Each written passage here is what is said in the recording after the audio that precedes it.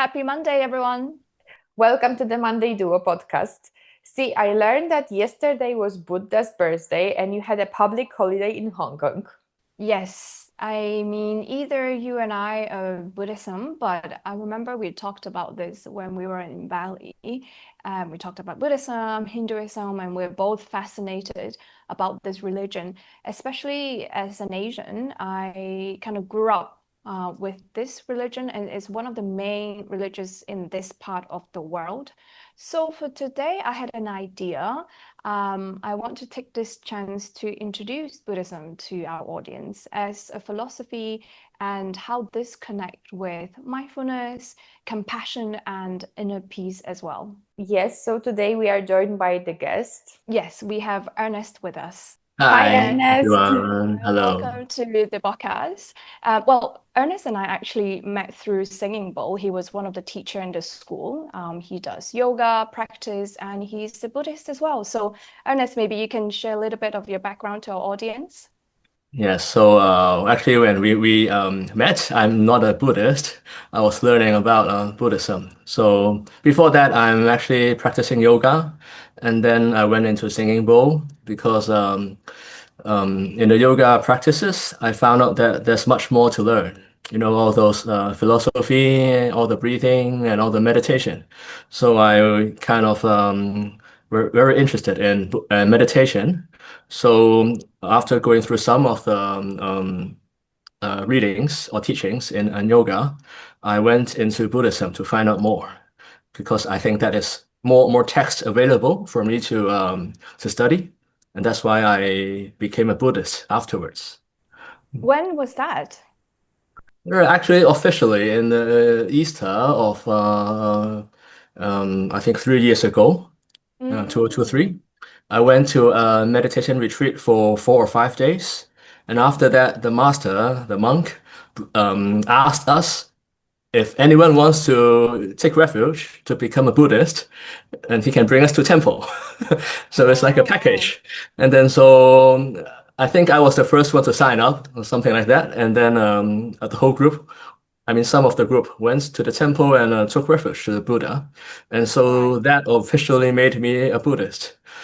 But Wow. as Buddhists, we seldom really categorize us as Buddhist because it is not a religion as I think, or as many of us think. I mean, in the perspective, like from in the West, because there's no Mm, God in Buddhism, and everyone can become a Buddha. The Buddha literally means the enlightened one, so everyone can become enlightened. So this kind of religion is not so religious in the Western mm. world, maybe. Mm. I see. I mean, you started already, but let's begin with the Yeah, basics sure. for our audience here as Okay. well. Uh-huh. So if you were to explain Buddhism again to someone who is completely new, what would you say in a simple terms? I think I mean, the Buddha taught a lot of things, but the essence is always about suffering and the end of these sufferings. So he mentioned and explained what is suffering really is and how to solve this kind of problem. We do a lot of things and um, and think that we get happy. But then Mm, in the Buddhist view, actually everything is will change. Like if you mm, buy some handbag, for example, but after 10 years, maybe it's torn and broken, you don't like it anymore, right? Or mm, right after the moment you pay for it, someone damage it, and then you get unhappy, right? So this kind of phenomenon are this kind of phenomenon are called impermanence in Buddhism, and so that this is some kind of suffering that we need to address too. I'm curious, Ernest, how your journey starts with the Buddhism. Well, actually, I was born and raised in a Christian school. Yeah, I think before 20 years old, I'm a Christian. I know the Bible quite well, I would say, better than Buddhism until today. But when I was in high school, I got sick. Yeah, I got a serious illness. I got a lymphoma, a lymph cancer. And then everything stopped. I could not study. I was hospitalized. My whole life changed. What I Mm, thought was precious and working on, I could not do it. I cannot go to school. I cannot sit for exams. I feel that I did nothing for all these years. And I remember in the surgery room, when the doctor was doing some surgery, I feel the blood coming out, and I was mm, really scared. And then I did not know why. I asked for like the Buddha to help me. Yeah. mm, I prayed a lot before that, but I would say that um, my faith at the time was not relevant to me. It's not the problem of that religion, it's the problem of me, maybe, that I could not call the God in that religion. Yeah. mm, So maybe he did not respond to me. Yeah. And actually, as a Christian at the time, I was quite I don't like Buddhism at the time. I can say directly. But after recovering, yeah, luckily I recovered 2 times from that lymphoma. Then I tried to search about the meaning of life and how to mm, solve this kind of illness because I got it the second time. And I thought that I would get it the third time also. So mm, I need to solve this kind of problem. And I heard that the Buddha was the king of medicine. I don't know the appropriate translation. In Cantonese, we call it Dai Yi Wo, the big mm, medicine king. Okay. mm, Mhm. But I was more, but that was afterwards. Actually, before that, I was learning about fasting, and also about yoga. And then during yoga practices, my first yoga teacher is a Buddhist, very luckily, and she always talked mm, about those yama and niyama in the yoga path. And the first one in yama, in those rules, ethical rules, is actually ahimsa, no harming. And that is very similar to Buddhism. The big rule is the no killing. Yeah, so it make a lot of relevance for me. And yeah, she taught me meditation, yeah, in a Buddhist way. Of course, later on, I went into Hong Kong, University of Hong Kong, to take a master program in Buddhist studies to learn it like more properly.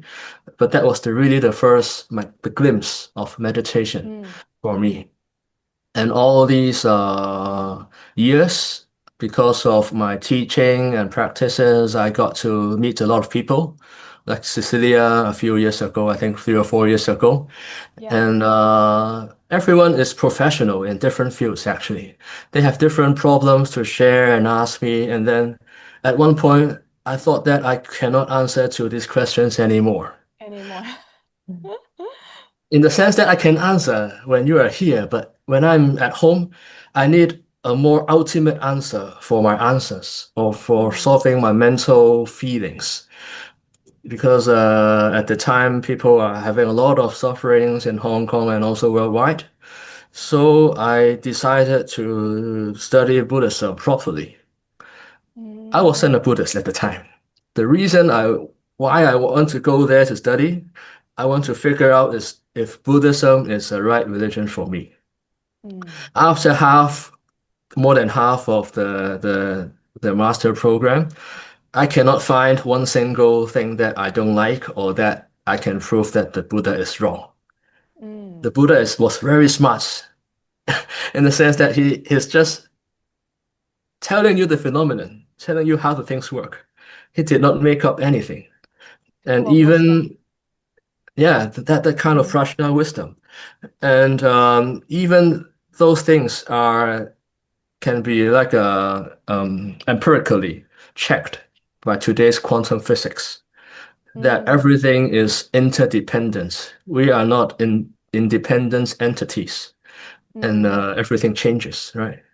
something Yeah, like I'm that. I'm really resonate with what you're saying because, as you said, your first religion was a Christian religion, and when you said about the Christian religion, I see so many patterns that we have here in Poland that we are not thinking good maybe about other religions. I was raised in a Catholic school too, so Me I, too. yeah, we are like here quite the same.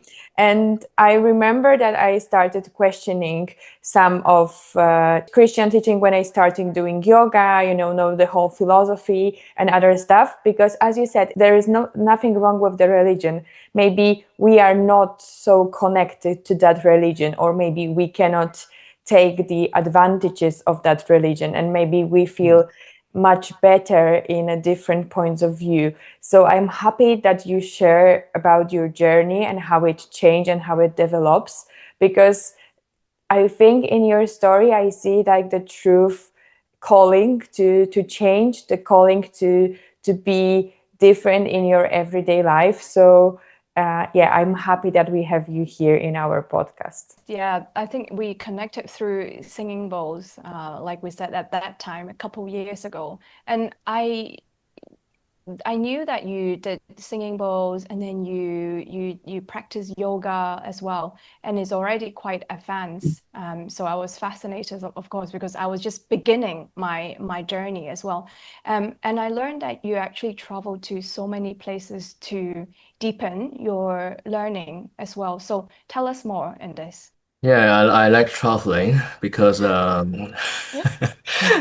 I like traveling We like because traveling too. yeah, okay. Yes. Yeah, for obvious reasons, because if only in Hong Kong, I cannot see how the other part of the world is. And if I'm only a Christian, and then I do not know how other people practice. So Mm, even though not today I'm a Buddhist, I can still talk to different people of different religion and practice their ways because the Buddha doesn't mind at all. yeah. Yeah. So yeah, I went to Poland actually. Last year I went to Poland to start with. I should talk about Poland to start with. Yeah, I went to a Chan. Well, we call it Zen in the Western world, but we call it Chan Buddhism meditation retreat. So we do not like bow to the Buddha at all. We only sit for meditation most of the time. So it's a very westernized kind of way Practice. of practicing the Buddhism in the sense of meditation and not like a worshiping. Mm, I think this is actually one of the essence of Buddhism. Yeah. Maybe this is, I mean, all are real, but this is also the real practice in Buddhism also. The Buddha did not want us to make some statues at the time, actually. Yeah, so I learned that even in Europe, there is a group of people who are very devoted. They go there every year for 1 month or even 49 days to wow. practice meditation. Yes.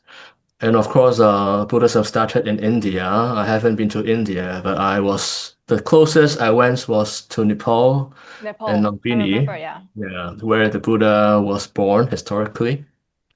And I went to mainland China like 10 or 20 years ago when I was still studying.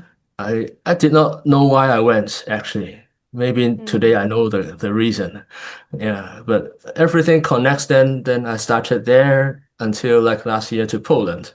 And between I went to Taiwan, to Japan, to all these countries which have a strong Buddhism mm, belief and practice. And during my master program, I had a chance to meet a lot of monks and nuns from all over the world because they also mm, come to study. We are classmates. mm. So because when we are classmates, we get to discuss more. I can ask them those questions directly, which is very rare in Hong Kong. True, Usually we cannot talk to those monks, those venerables we call, true. because they are so rare. We cannot see them at all. But because they are my classmates, I can ask them any questions. Yeah. That's so So it nice was, opportunity that I That's really nice that you have this chance to, you know, ask them and talk to them with their perspective, their point of view. And you know, when you next time will be here in Poland, you are welcome. I will show you Warsaw, and we can talk more about Buddhism, Yeah, Do because sure. you right know now where we know each the other a retreat little is? bit better. Yeah, Did you know where but the Yeah. retreat is, yeah, Magda? see, you need to come with Ernest to see Poland, and then we can do like, you know, a The Buddhist group retreat. gathering. Do you know where that retreat is, where the one Ernest just talked about?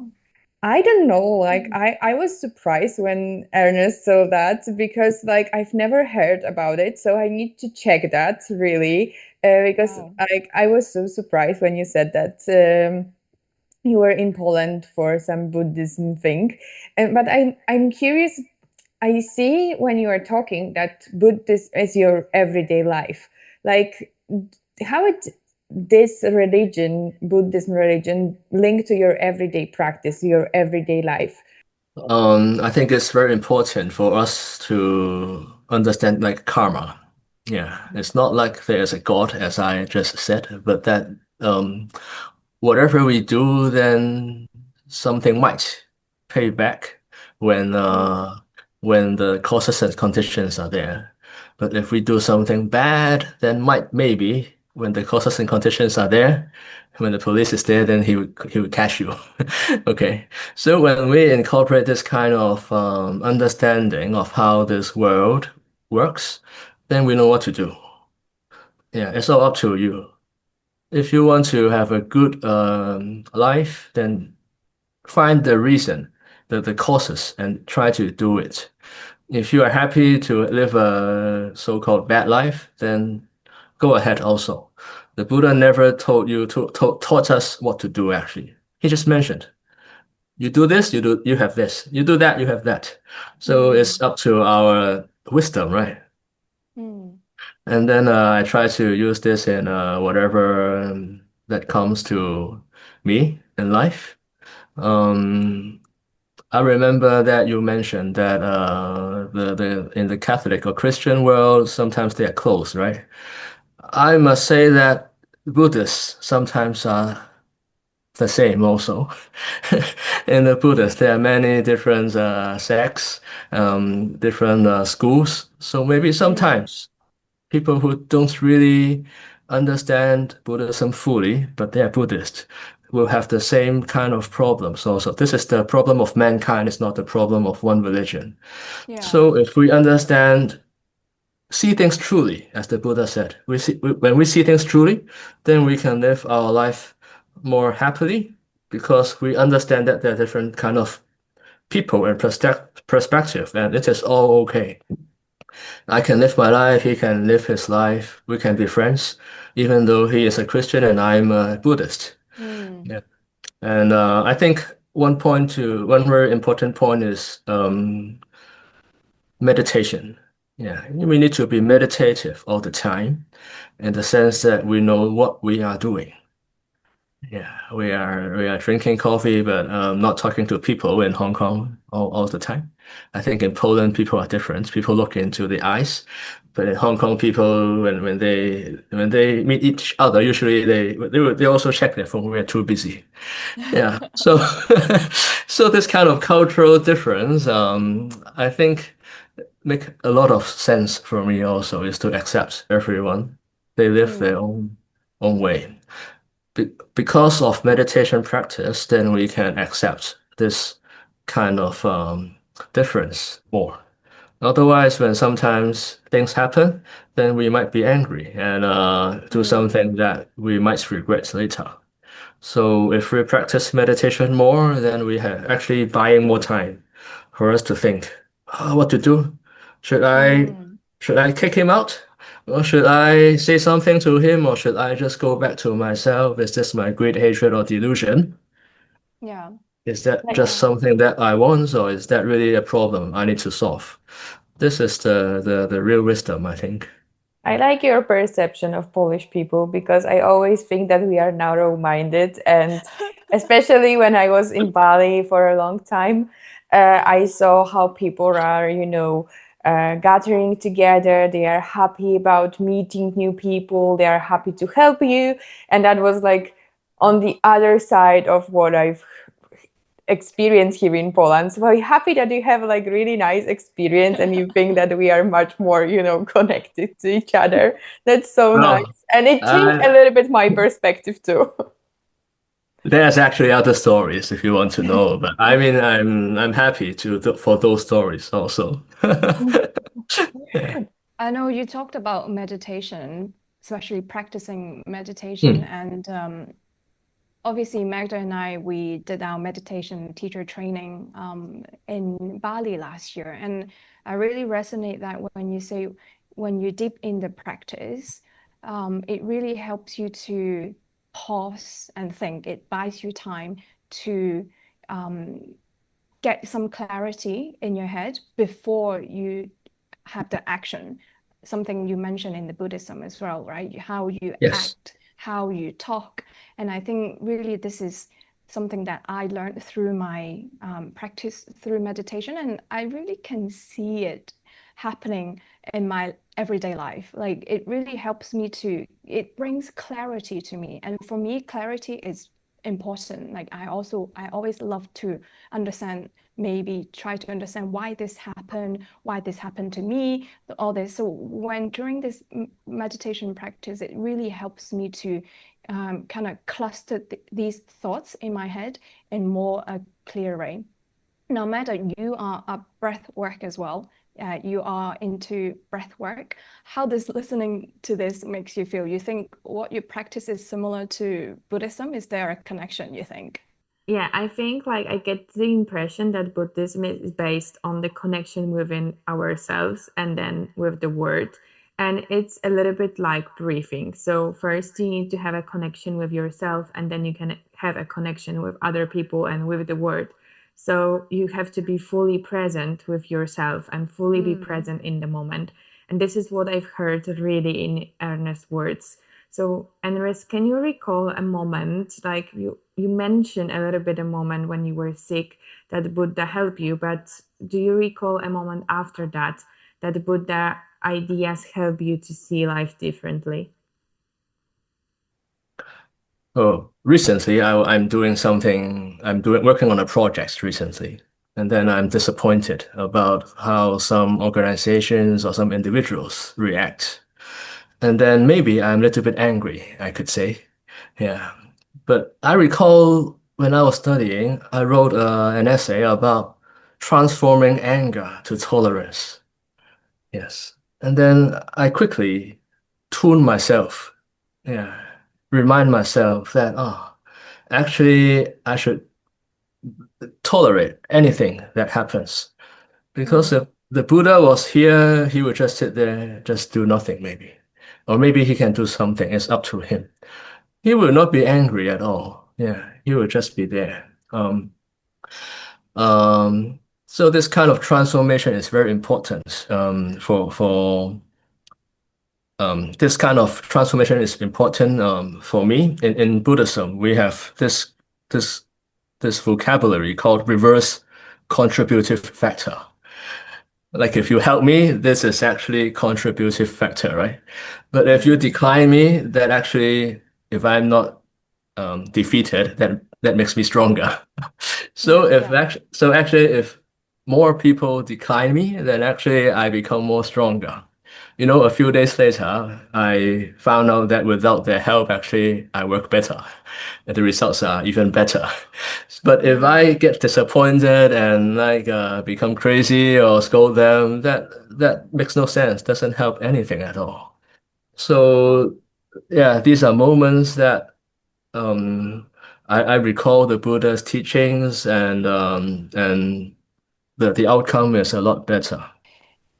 because what I think is people try to maybe reach a conclusion or reach perfectioners with a religion or with a belief, but actually it's embedded in us in everyday life. And then I think the beauty of this is to see it for yourself. You see the transformation happens in you. You are able to name it after the incident Yes. happened or after the feeling or after the emotions happen. You are able to name it. Hey, I did this, but then because of Buddhism, because of meditation practice, I managed to kind of change things in a way. So I think I found it so fascinating is the transformation that people can see themselves, and it's so beautiful to be able to see it in yourself, and then you can see it in others as well. So I feel like this is such an amazing story. You already mentioned that like mindfulness become much more popular, especially here in Europe. And I see that like in many ways people try to learn how to be more mindfulness. They are trying to meditate maybe to reach the mindfulness state. And I think it's somehow they want to incorporate to their everyday life some practices that may them become more calm or reach the peace state of mind. And I think it's because of our really fast lives and, all the stress around us. But let's tell them that behind this mindfulness, behind this meditation, there is like a belief that your life will be better, not only to calm your nerves, but to live a better life. Do you agree with that? But personally, I agree with you, but I think maybe we should ask them to try instead, like the Buddha taught. Yeah, the Buddha taught in the Kalama Sutra. The Buddha said that if something you can try first, don't believe because the Buddha said, or because anyone said. If you try and Mm. it makes you happier, makes your life easier, then just go for it. If you try and makes your life worse, then stop, please stop. Yeah, so of course your words are true for me, but for people to really understand, then maybe they should really try.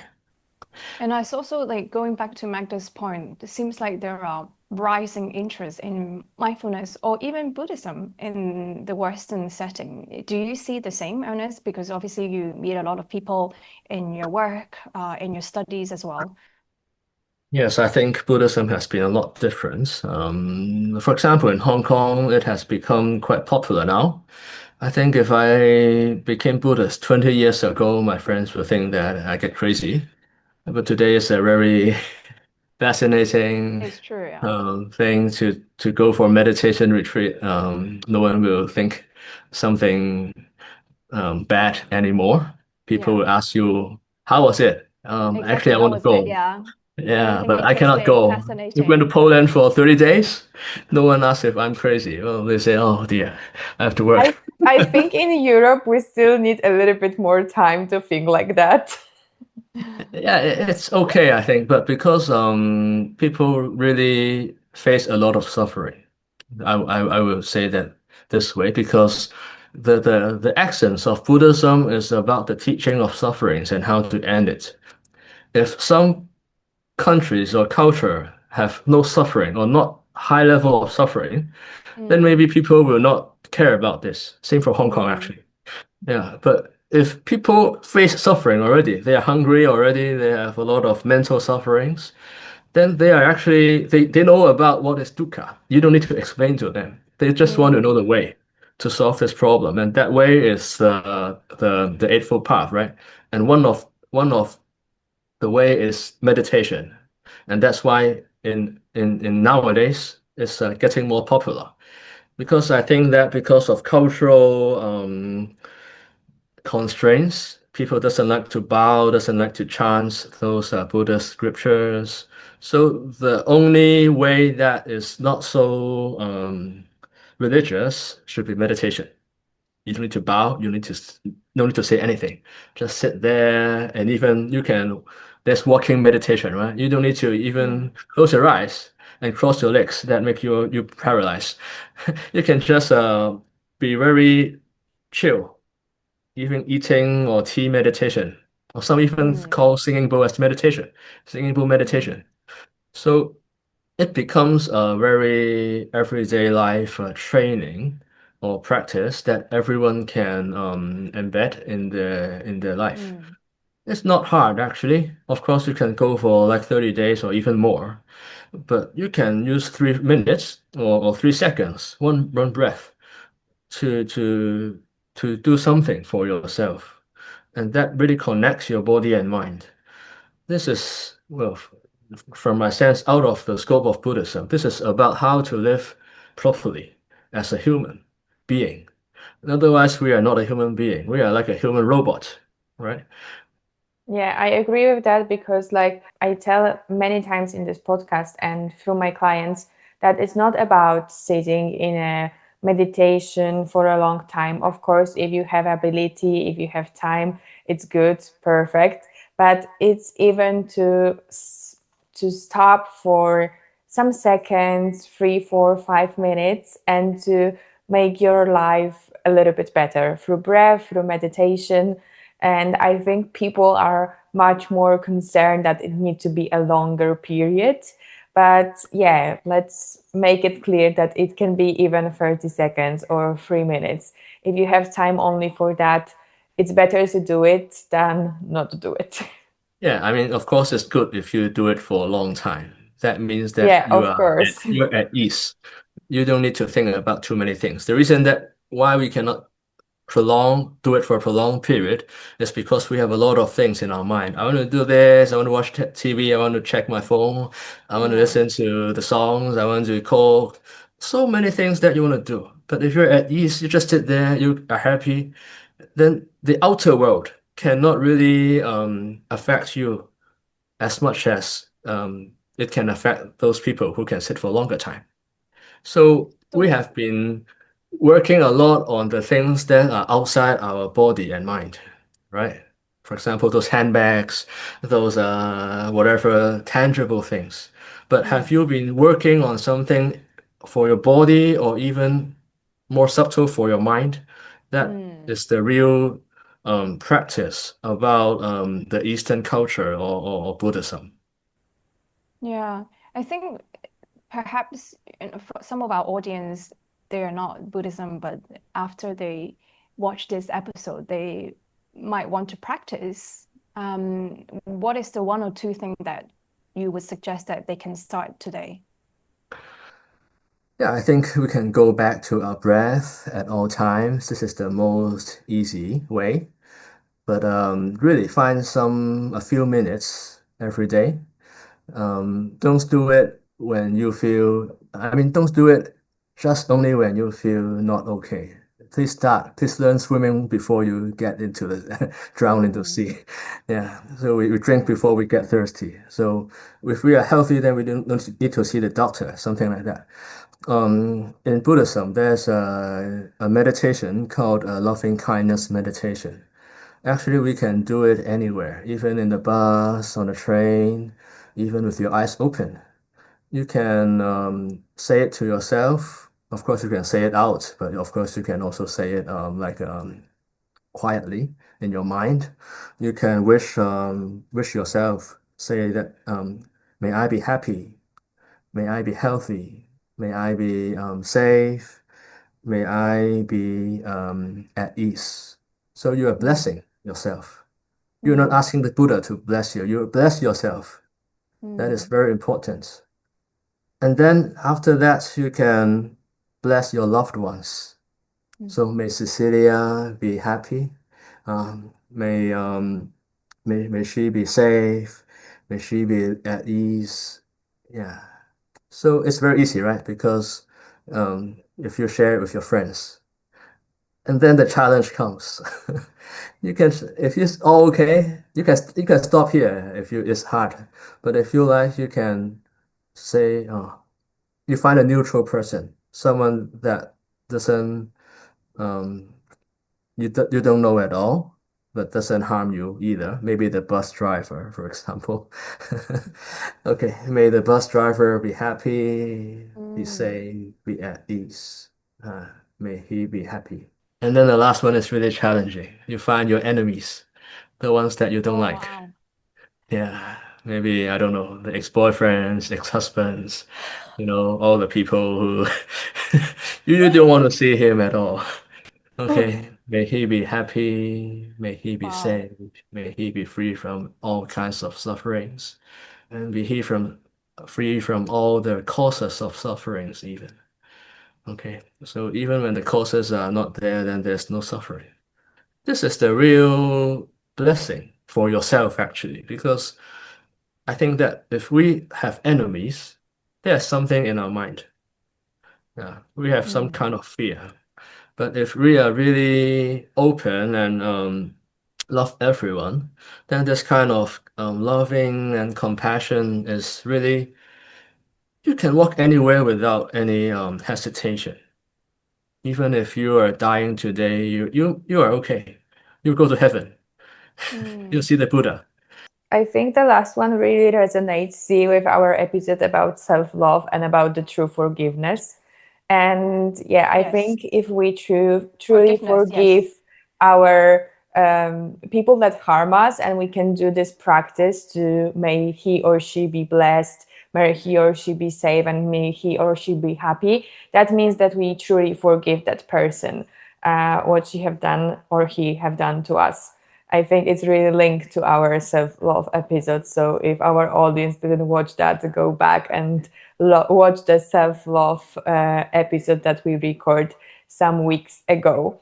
And I And I love think, that it Ernest, you, connects all of our yeah, topics, actually, I because think the word even with consistency religion, and not religion, I think it's all embedded in the meditation, the breath work, and I love it. While Ernest was talking about acceptance as well, actually, I have an incident that happened at work 2 weeks ago, and then I was thinking the transition from blessings myself, blessing someone, and then blessing somebody we don't really like. But at that moment, you still have that emotions or anger. You cannot bless your enemy per se. But then it's actually okay to tell yourself, hey, it's okay now, you cannot accept that. But maybe next time I can do this. So I think it's a really good reminder for me too. So thank you so much, Ernest. It's such a great hour talking to you. I love it. And thank you so much for saying yes to our podcast as well. Now, if our audience wants to learn more about Buddhism, learn more about you or some of the class you give, where can they go? Yeah, they can contact me and like for my Instagram, or I can come to Poland, or maybe we can meditate together. That's also possible. yeah, we need to do that. Like, I'm really happy about that. Ernest, thank you very much for joining us. We will put Thank your you. IG and all your detailed contacts in our description. Thank you so much. And yeah, I'm happy to see you in Poland, or maybe when I will be in Hong Kong, we can meet together. You're welcome I'm to Yes. so Hong Kong. excited for that. Yeah. Thank you Okay. so much. Thank See you you so soon. much. Bye, Bye. Ernest. Bye. Don't forget to like, subscribe, and comment. Tell us what you think about the episode. And next week, to celebrate Children's Day, we have a guest for you. Eleni will be here to talk about how her volunteering work are able to support children in need and what are the steps that you could also be part of this journey. So see you next Monday. Bye.